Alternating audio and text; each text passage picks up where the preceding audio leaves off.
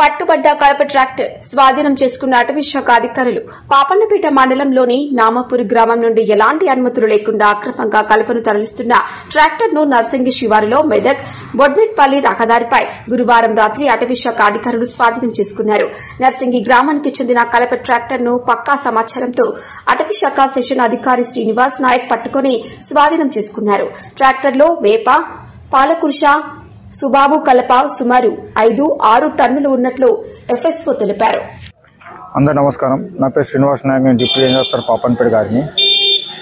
విశ్వనీయ సమాచారం ప్రకారము మా అధికారులకు మాకు ఫోన్ చేయగా మరియు మా ఇన్ఫార్మర్ ఫోన్ చేయగా పాపన్నపేట మండల శివారం నుంచి ట్రాక్టర్ వెళ్తుందని ఇన్ఫర్మేషన్ రాగా వెళ్ళి దాన్ని పట్టుకున్నాం. అది మన చిన్న చంద్రయ్య తెలిసింది. కట్టల మిషన్లు వేయంగా దాని ట్రాలీ నుంచి అది వెనుక ట్రాలీ ఇది విడిపోయింది. కావున మా కష్టాలు తీసుకొని అతనిపై వాటర్ యాక్ట్ కింద కేసు నమోదు చేయబడినది. సుమారుగా కట్టే వేప సుమారు కట్టే 5-6 టన్నులు ఉంటుంది. వేప ప్లస్ సుబాబుల్, ఇంకోటి మన పాలకుర్ష ఒక పీస్ ఉంది.